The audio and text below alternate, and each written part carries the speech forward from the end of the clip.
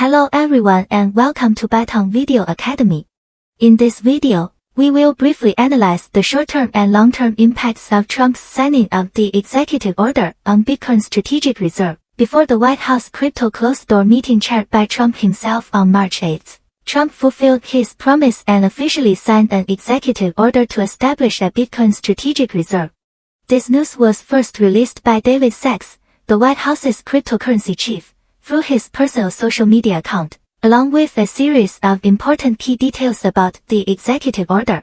After the news was released, the price of Bitcoin dropped sharply, plummeting from $92,000 to $85,000. ETH dropped back to $2,100 and SOL fell below $140 again. The prices of altcoins also tumbled. So why did this seemingly good news trigger a downward trend instead? Let's first analyze the short-term negative effects of the signing of the executive order on Bitcoin strategic reserve. According to the content of the executive order, the reserve funds of this strategic reserve adhere to the principle of not spending taxpayers' money. The government will not purchase additional Bitcoins for inclusion in the reserve, but will instead use the Bitcoins currently held by the US government as capital.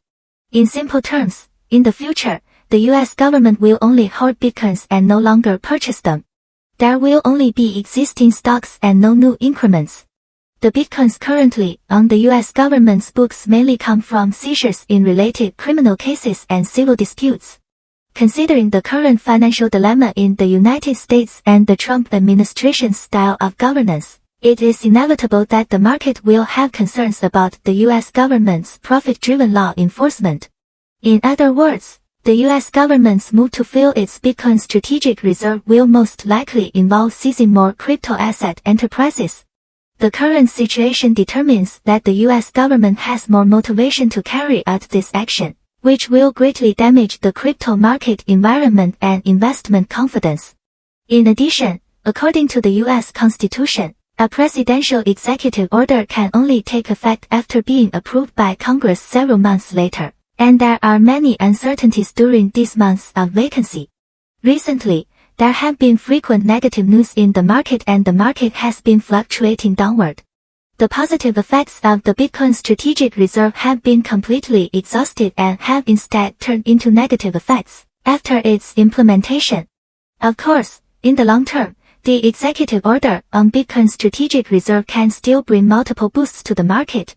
First of all, the US government's holding of 198,109 Bitcoins in stock and no longer selling them means that the huge selling pressure is relieved, which is beneficial to the currency price in the long term.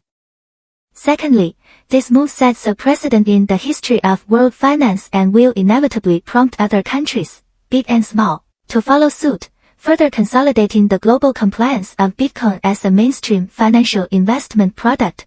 Finally, considering the current political trend in the United States and the ambiguous relationship between the Trump family and crypto assets, it is not excluded that plutocrats or business giants from many countries will donate to the US Bitcoin strategic reserve to build good relations with the Trump administration in order to seek more political and business interests, which will set off a new wave of Bitcoin whale buying.